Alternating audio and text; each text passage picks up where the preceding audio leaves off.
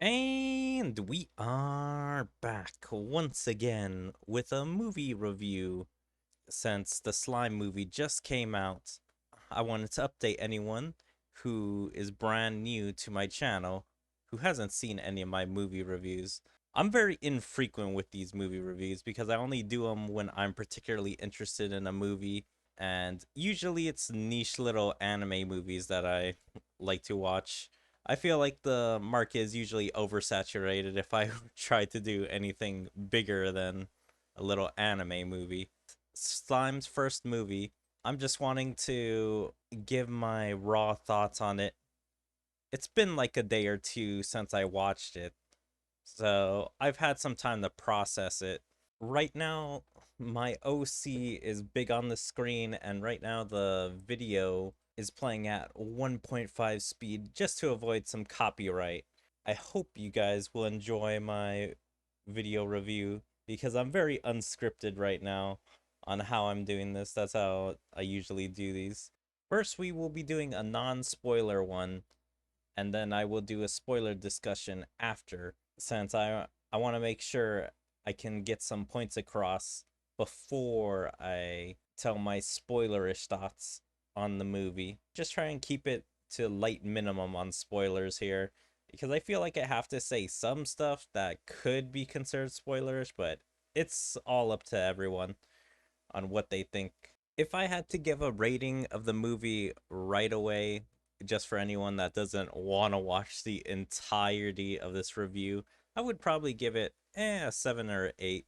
Like if you're a slime fan or probably just a regular anime fan. I think the movie is very basic for being a anime movie, but for being a slime movie, it does pretty good job at doing what everyone came there for. Seeing Rimuru and friends in a brand new adventure, seeing some brand new side characters. I wouldn't say the adventure was the greatest thing. There were some flaws here and there. And that's like, I can't say that this was an excellent movie. A little basic summary of the movie premise is like a kingdom from I don't even know if to say they're that far from the forest of Jorar and Tempest. This small distance kingdom is in need of help from Tempest, so they head that way to have diplomatic relationships with Tempest. Here comes a ogre that survived the massacre back in the main series, if you remember season one slash whichever volume of light novel or manga. Seventh, eighth org, I forget how many ogres there are, survives, and he was one of the best in the village at the time. And that will be like just the most spoilerish thing I can say for the basic premise. That there's a lot of problems that Tempest has to go through and enemies that they have to face when helping the Raja Kingdom. And there's mainly two characters that we get introduced: the princess and the other ogre, hero. And I'm pretty sure the princess name is Toa. Like, I would say if you want to watch this movie and you want to get like full context for a lot of things and learn about Hero, I would say play Slime Isekai Memories. That game has some more backstory, which I felt like they could have incorporated into the movie a bit more. Like they have some of the anime stills from the movie in that game, but I feel like you get more context because they speak a lot more about his past in there. I would say overall, this movie's stakes are pretty low on the scale of the adventure. It's not a world ending catastrophe that Rimuru has to stop or anything like that. It's just the kingdom and the princess mostly in trouble and that Rimuru has to save. Like, I would say if you're able to get personally invested into the adventure with Hero and Princess Toa, then I would say you would probably like it, but it's a little bit of a hard ass to get people invested in these two new characters that we were just introduced, and then the movie is only 2 hours. I mean, that's a pretty long for an anime movie, but it's still not that much to be invested in two characters when we already have like 5 to 7 characters that we already know also there. Now, I don't know how much I should be spoiling. I'm guessing everyone that has watched this movie or wants to watch this movie has at least completed most of the slime content in the anime, so like up to season 2 or read up to that. Pretty interesting how one of the main villains from season 2 is connected to this movie. Like he's not connected in a very big way, but that just shows like his scumminess and like not letting people do what they want and punishing them accordingly in the beginning, which I don't know, that this feels like it could help out disliking that main villain. But the main villain of the movie, I would say, is not that great. The main villain of the movie shows up only halfway through, and I would not say he is particularly interesting. Like, he looks like the shadiest man alive. Like, you can probably tell who he is from watching the trailers, and you would wonder, why does anyone ever trust this guy? Looks like he's about to give me a bad deal and maybe stab me. And the main villain of the movie, I would say, is very low stakes because I don't know whether this is a spoiler or not, but he is either around what Rimuru has faced before. So either he's around the season 2 villain, or he's around season 1's villains, like somewhere between that area of power.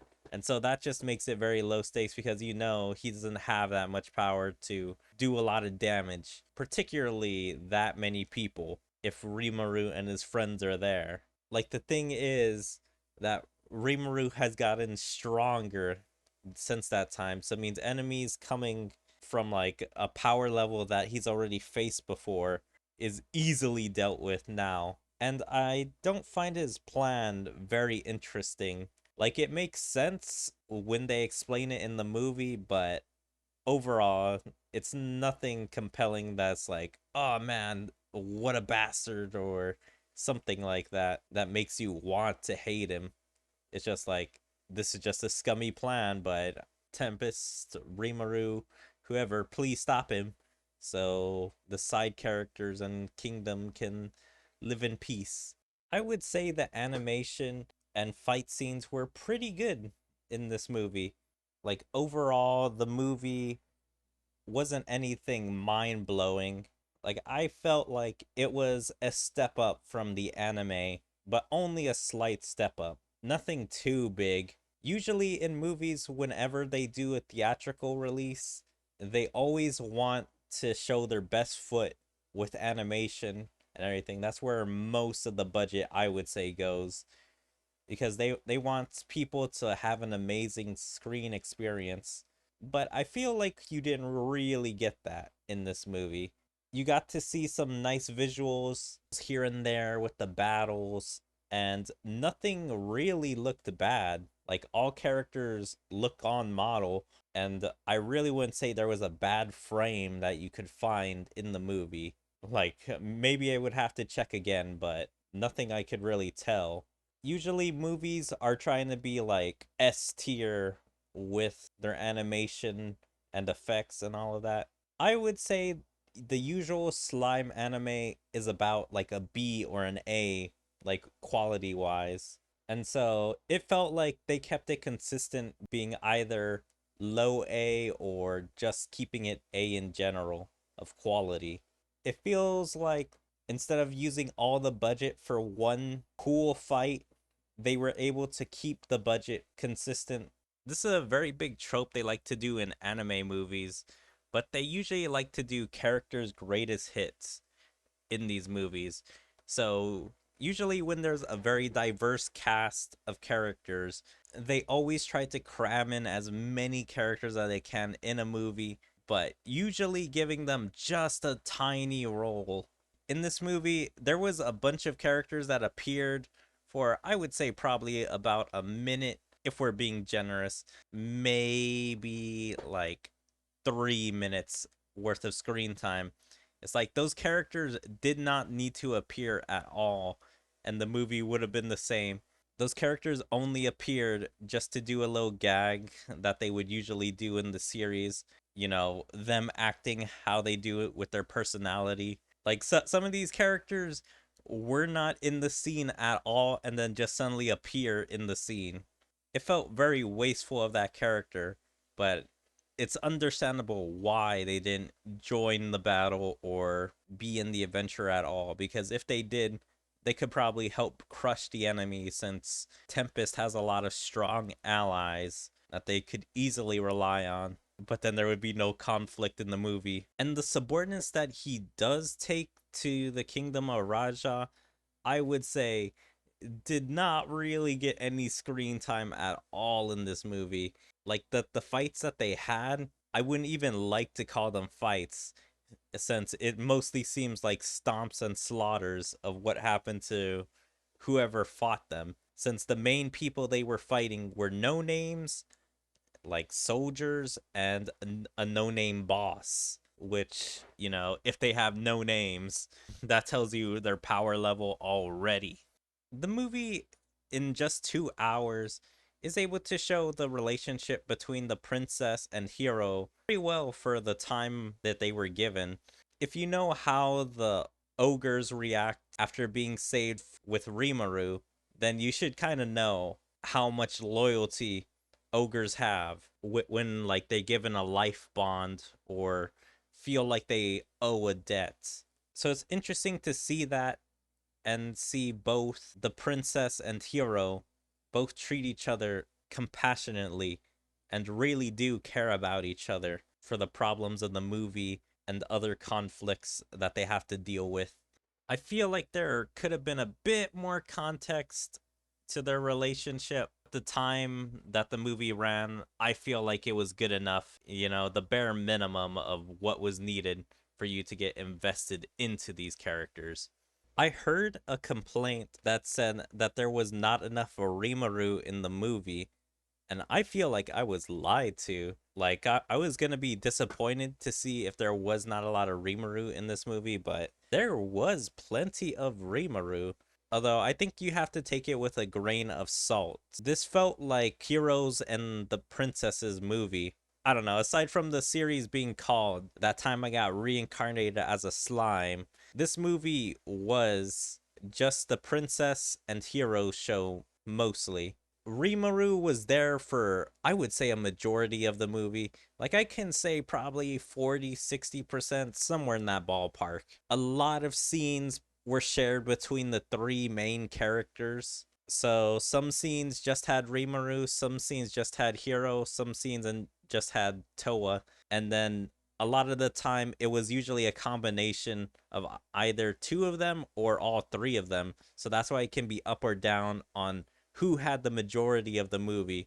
You never really know, since everyone was in and out of every other scene. The people that didn't get enough screen time were the subordinates. Like, you would think that they would focus on the subordinates, the ogres, because there's a brand new one, or I guess not technically brand new to them, that you would want to see bonding time with him. The only ogre that really gets bonding time with Hiro is Benimaru, which kind of sucks because I really want to see everyone's interaction.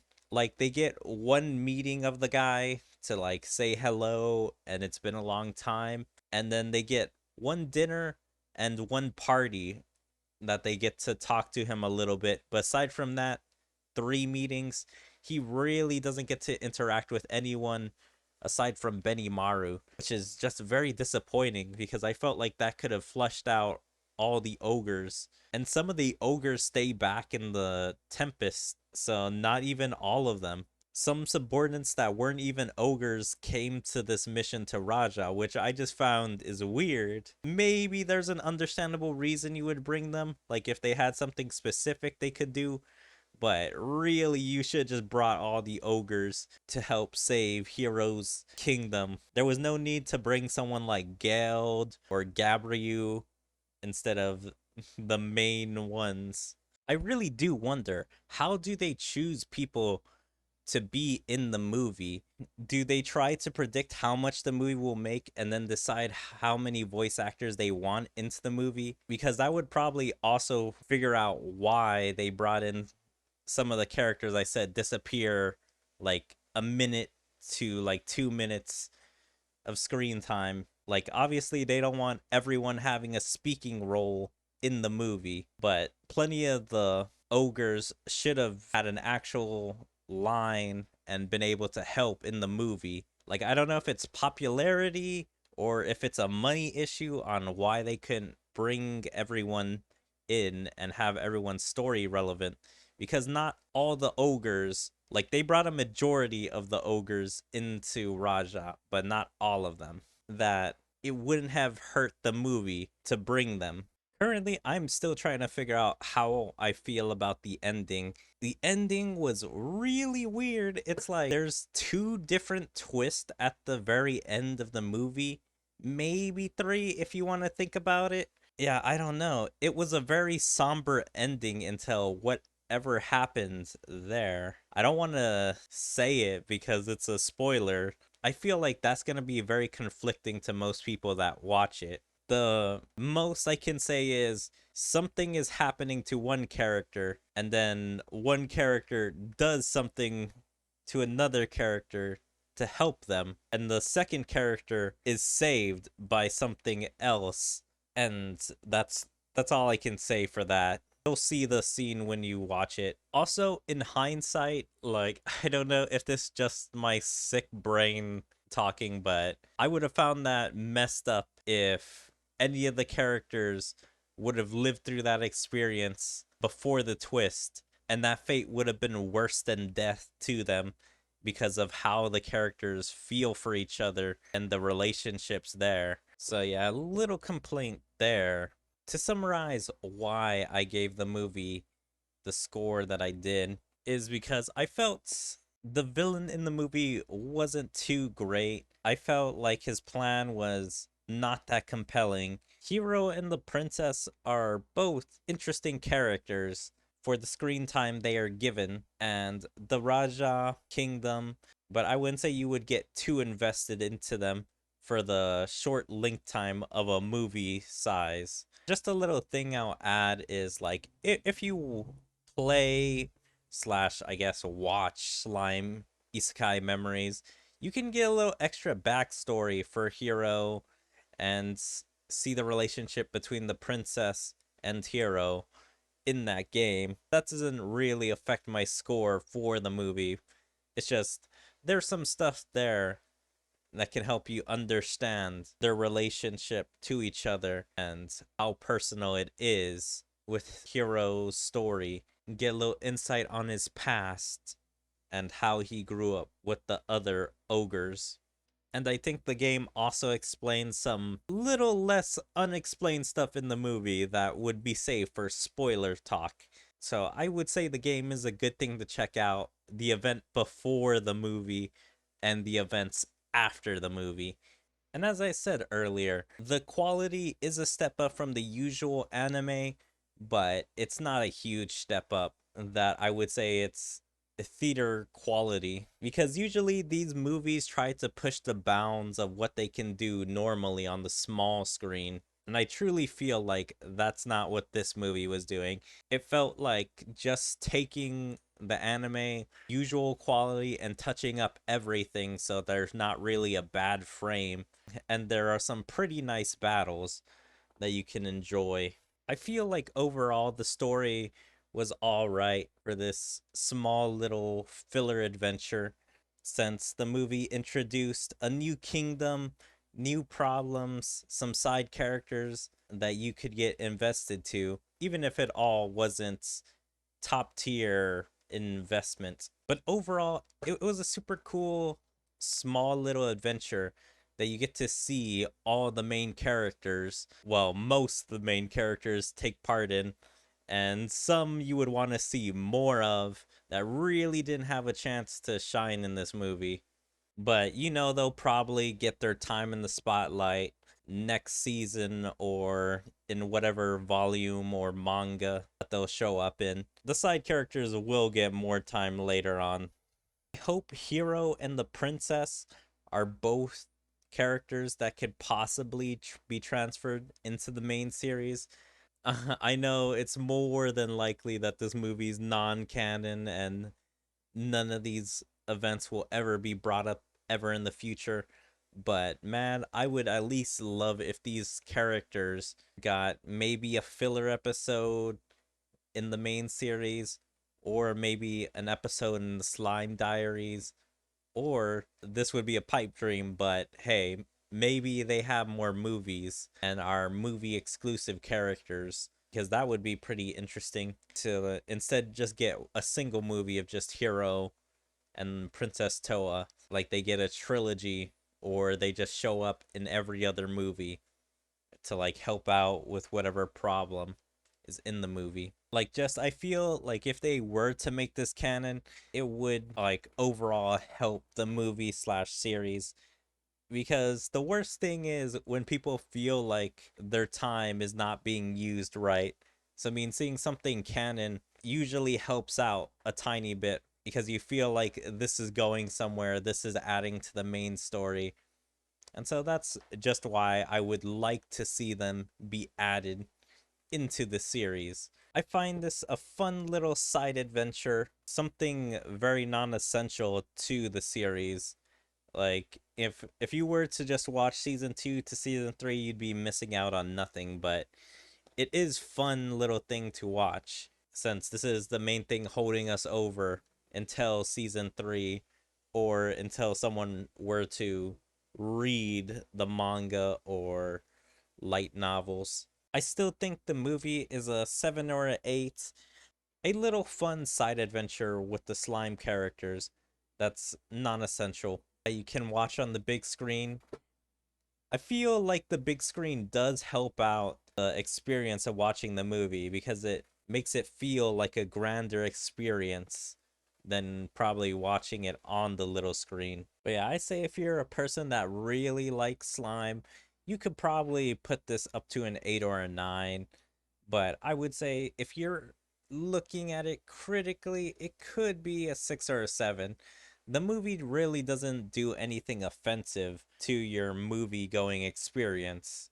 I think the movie won't hurt your slime experience at all. Like, I think if you really like slime, this movie will probably enhance your experience because it'll be another thing to add to your collection of slime media that you could watch whenever. At worst, the movie is just non-consequential adventure that they go on that really won't hurt your experience on the rest of the series, since sometimes movies retroactively hurt the series, but I feel like this one isn't one of those times. Yeah, it could help out your experience enjoying some of these characters, since it does give some context, give on some of the ogres, see some nice dynamics a tiny bit and a new adventure, and see one potentially important character in the future. And I think that's all I have to say about the movie for now until my spoiler discussion or review, whatever I'll name it in the.